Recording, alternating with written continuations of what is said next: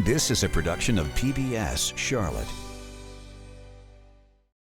The following episode of Charlotte Cooks is brought to you by Central Piedmont Community College and viewers like you. Thank you. Coming up on this episode of Charlotte Cooks, we're going to be making a sweet potato brie burger and a few other things too, so stay tuned.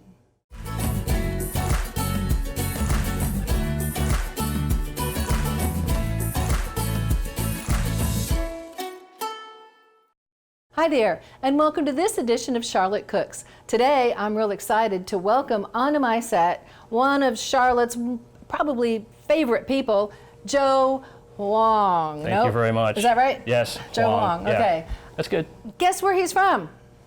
Bang Bang Burgers. And this show is all about burgers today. So, Joe, first thing we're going to talk about, what's the most important thing about a burger? Well, there's lots of factors, right? So I would say clearly the beef, and then what most people forget is the bun also. You know, people think we just get anything off the shelf, but you also want the bun to be tasty also. So all the ingredients, beef and bun, that's the basic. Yep. Yeah.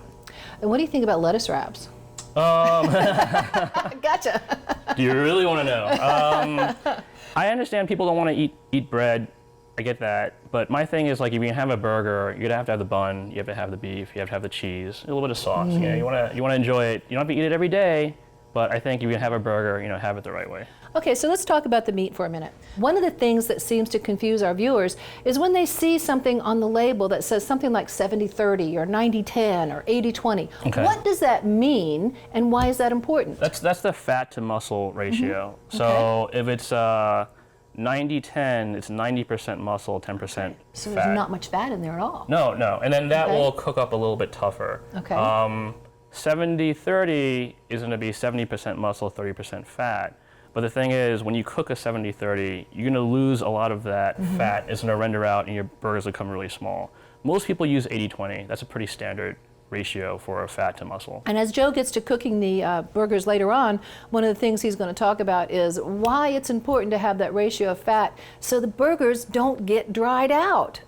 He's going to tell us all kinds of things about that, right? Yes. Okay, absolutely. So your bread that you use in your store is not just regular old bread, is it? No, I spent a lot of time. This is probably, like, over the years, the fifth company we've used for bread.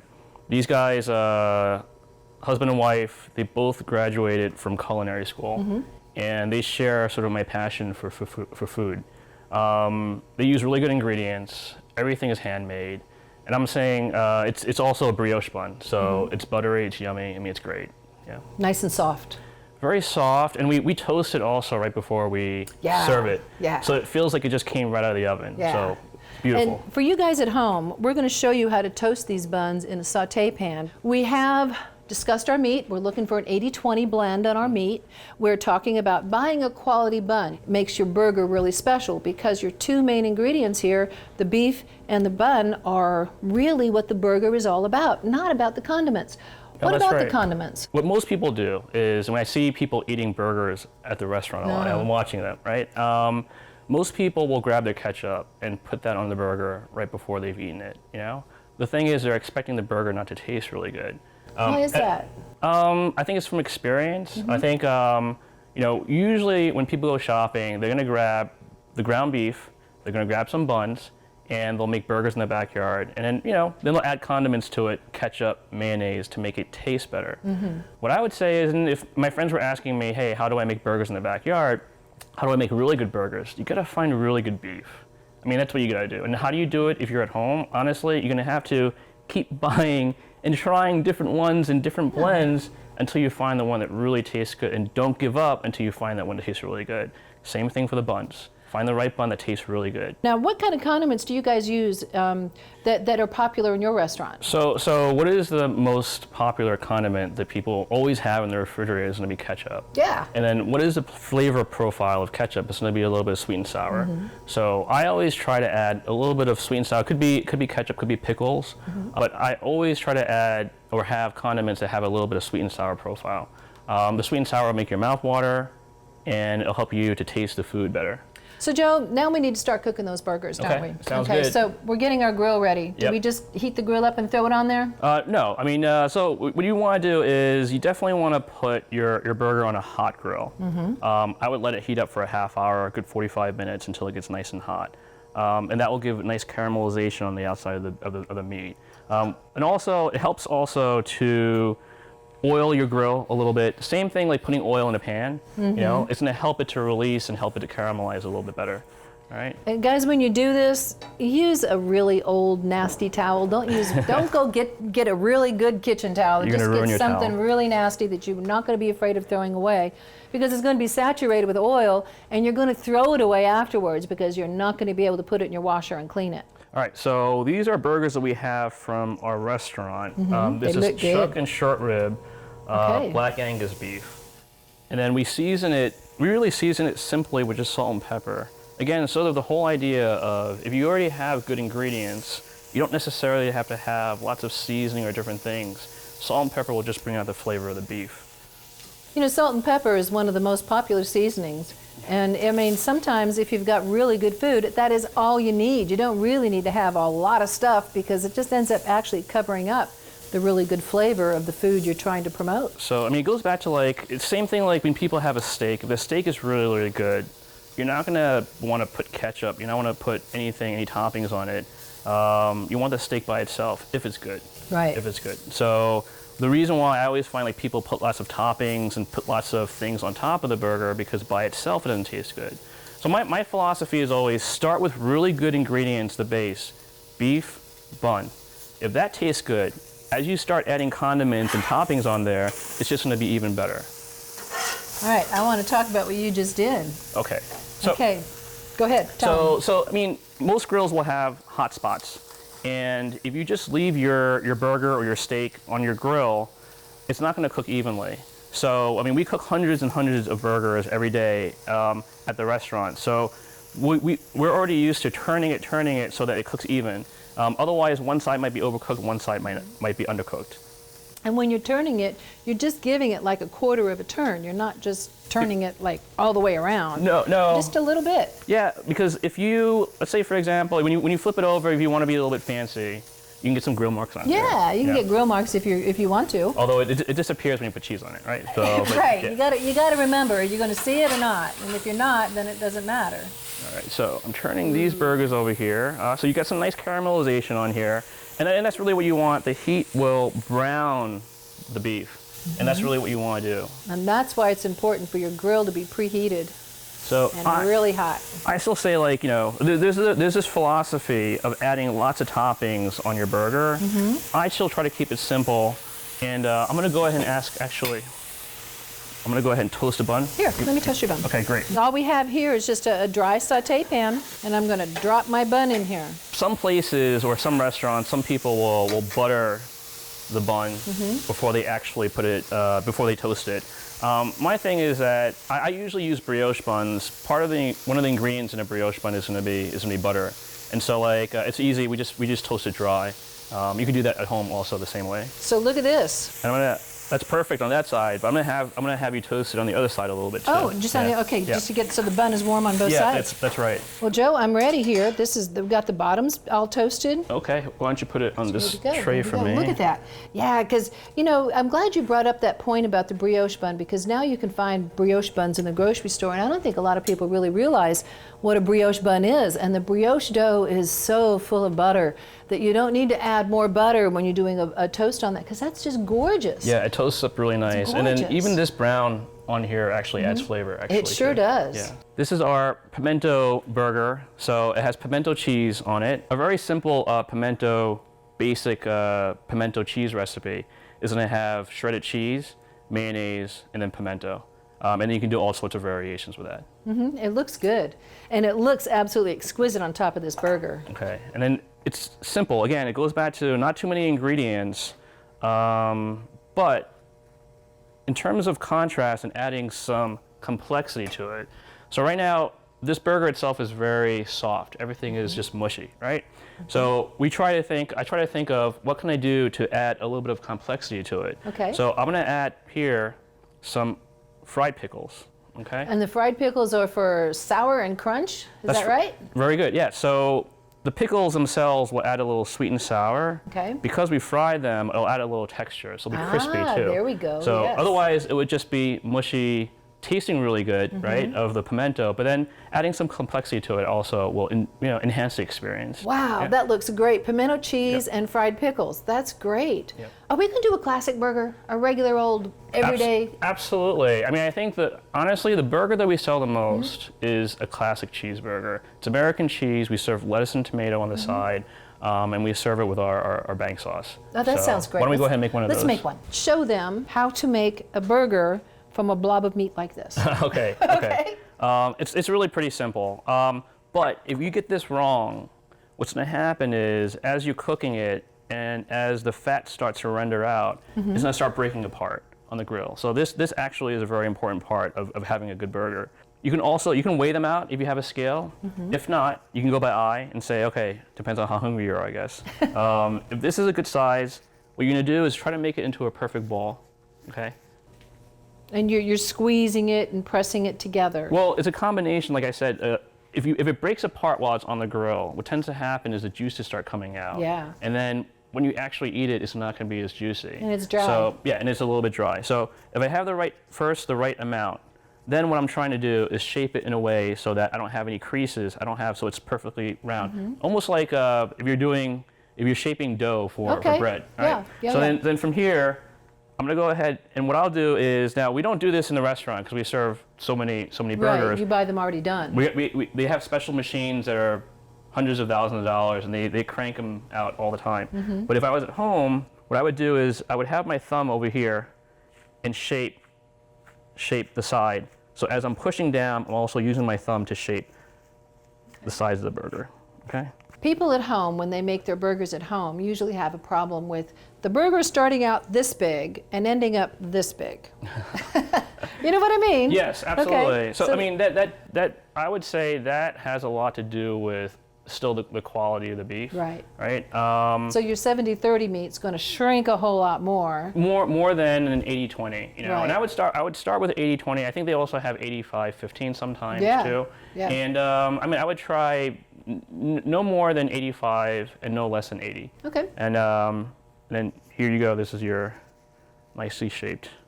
And when you guys are out there shopping for your ground beef, and you've never paid attention to these numbers before, when you go shopping for beef now, you're going to notice them, because they're always on your ground beef, because they have to disclose the amount of fat that's in there. And it's really a very nice key to have. So if you're making a meatloaf, or if you're making your burgers, you need to know which one, what kind of meat you want to get, so that you have a nice ended finished product. Okay. You ready? Yeah, I'm gonna go ahead and throw a couple more on this grill over here. We're gonna do that classic burger I'm gonna put a little oil on the grill again. There we go. So again, an old towel, like you said. Old towel. You can see this towel's getting well used, and it's getting really kind of grody. So it's not something you want to go and grab your best tea towel for. Okay, so get a little bit of oil on there. I'm gonna leave this right here. Alrighty. And then again, just a little bit of salt and pepper. That's all you really need. I know there's all the different types of seasonings, but again, find the beef that will taste good without a lot of seasoning, and then you know that you have a beef that actually is really good quality. Salt and pepper really on a good piece of meat should be just about all the seasoning you need. Right, and then the other part of it is like making sure that your grill is hot enough to sear it, hot enough to get some marks on there to caramelize, to get a little bit brown. And that browning process actually gives it flavor too. The example I always use is mac and cheese. Okay. So that brown top part of your mac and cheese tastes different than the inside mushy part, right? Yes, it does. Because that comes in contact with direct heat. So if you want your burger to taste good, you want to have more of that brown part, and that will taste a lot better. It's kind of like brownies too, you know? People always like the edge of the brownie better for that same reason. But yeah, this is really wonderful, the way they get nice and that crispy brown on the outside. Yeah, and again, that adds a lot of flavor. It really does add a lot of flavor. You know, to me, when I grill a steak, I like getting that nice crispy outside on the outside of the steak, and you can't get that unless your grill is hot enough. Yeah, no, absolutely. And so don't be afraid of turning your grill on. What would you say, half an hour beforehand? Yeah, a half hour, 45 minutes. You know, when you put your hand on top and you can't keep it there because it's too hot. That's a good way to figure out. That's it's when you know enough. it's hot enough. You're gonna see me actually. I'm cooking 2 burgers right now. I find that there's 2 ways you can do it, obviously. You can have 2 small burgers, or you can have 1 big one. Okay. So I have this idea in my mind, right? All right. So if you cook 1 big one, you're only seasoning and searing on 2 sides. Right. This way, you're actually searing on 4 sides and seasoning on 4 sides. And so, does that taste better? I don't know. So I mean, you have it seasoning could. in the middle. Yeah, and you that's also right. had that wonderful caramelized meat in the middle, too. That's right. Instead of just, And you know what? that And makes sense. It cooks faster, too.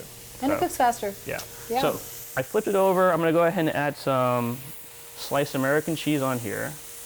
And again, like, I know that sometimes you want to add chili, you want to add all different types of sauces, but what I would say is this: make sure that this by itself, plain, tastes really good. Right? Don't add the sauce on it because it doesn't taste good. Make sure this tastes good first, and then add the sauce on top of that. Pass me that bun there. Let me toast that bun for you. Okay. All right. Use our brioche bun. I've been to other people's backyard barbecues before, so they'll take the cold bun and they'll put the burger on top. And maybe take this one little step of like toasting it. And you can always, if you've got a grill, throw the bun on the grill. Absolutely, Because it's absolutely. so good that way. In fact, I'm going to put that over there. Because it's almost like it's fresh baked and just came out of the oven. You know, it adds that little touch. It's and having. I want to make sure this doesn't get burnt. Oh yeah. Okay, we're good there. I'm gonna grab a plate. You got a plate? Okay, so this is the top, Okay. and here's your bottom. Okay. Ooh, nice and yeah. Okay, so All right. now this is going to be your. This is what we'll call a double bang bang burger. Okay. It's actually a cheeseburger, but I thought it would feel strange to call it a bang bang cheeseburger. So, but really, it's just a cheeseburger, right? And I think this is the way that most people, if you have good ingredients, this is the way that most people should eat their burger. If you want to add lettuce and tomato, onions, we can go ahead and do that as well. And you know, while you brought up lettuce and tomato, I wanted to show, we call this in the industry a sandwich setup. So if you guys are out there putting your backyard barbecue together, you don't have to assemble all of your burgers. You can actually take your lettuce and your onion and your tomato and even pickles. Now, you guys made these pickles, right? Yeah, we made those ourselves. Yeah. They're not difficult to do. I mean, the basic thing that you're trying to get out of your cucumbers while you're pickling them is just sweet and sour. So basic is vinegar and sugar. Yep. We use brown sugar. We add garlic. We boil the garlic with the vinegar also to get the flavor out. You know, there's small things you can do to make it a little bit different, to make it your own. Yeah. But really the basic is just vinegar and sugar. And you guys, a lot of people, and a lot of restaurants nowadays are making their own pickles too. It just seems to be something that they're doing, but it's not hard to do at home either. But anyway, you can set these things up, and that way you don't have to worry about putting everybody's burger together. And then when you're ready to put it together, you just come and you just pick up a batch of your lettuce and has your onion and tomato and everything right there, ready to go. Yeah. You want to grab one for that plate? Yeah, absolutely. And then like what I would suggest is that you could put it right on the top. Yeah. And so you Oh, have that your looks hot and your gorgeous. cold, and then they can put Yep. it together for themselves. Yeah, that looks great. So now this is ready to go, isn't it? Oh, no, actually, why don't we put some fries on here? At the Okay. restaurant, most people, the basic order is a burger and fries. So, Isn't that's the classic American meal? Hamburger and fries, isn't it? okay, so, There you go. wow, this is looking very fancy. That looks great. Yeah. Then if you wanted to add any of your condiments, you certainly could add condiments to this, but this is your very classic cheeseburger. Where's that pimento cheeseburger? Actually, you said in your restaurant that they really like this one. This is what we call a consumer popular. Absolutely. I mean, I would say also, I mean, I'm from the north, but in the south, pimento cheese, it's a big thing. It is a big thing. Yeah, so It is a big thing. It's really popular. And yeah. we eat it by itself. We put it on everything. Yeah. Okay, but on a burger, oh my goodness, you got to try that. And then really the most outlandish thing here, we have sweet potato balls. Tell us about those sweet potato balls. It's a little bit of a Thanksgiving type theme because the sauce is a cranberry, right?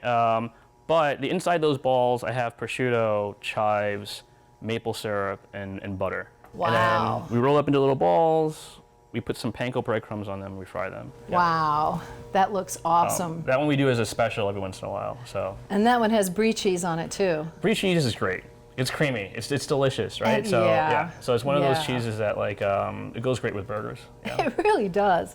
So I really, really, really encourage you guys, break out of your little comfort zone with your burgers. You know, go beyond just your basic ketchup, mustard, mayonnaise, lettuce, tomato, and try something a little bit different. Look at the pimento cheese or the fried pickles. Remember, when you're doing your flavors, guys, to add the sweet and the sour and the crunchy and the soft and the buttery and the warm, and that way you're going to get really, really, really tremendous flavors working together, and people are going to go, wow, this is the best thing I've ever eaten.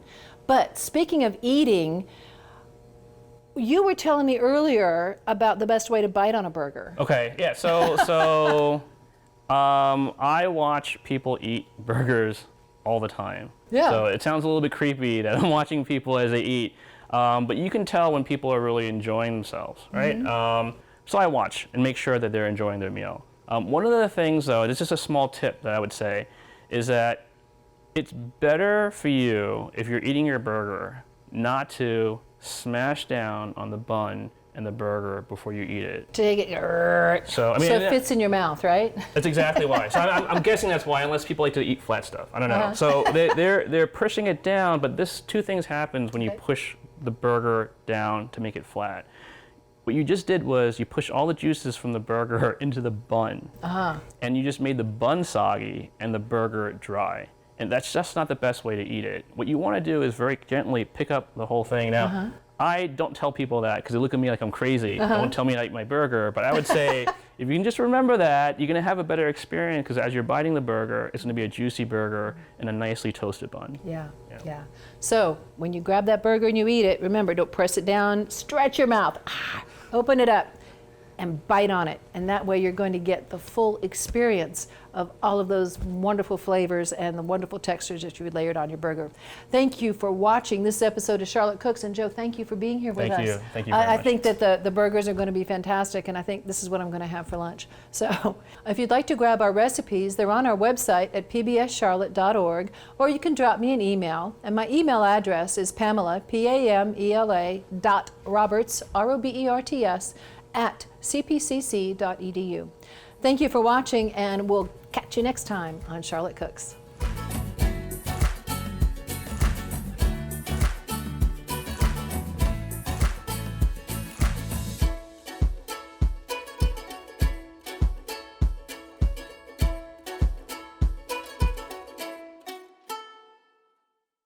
A production of PBS Charlotte.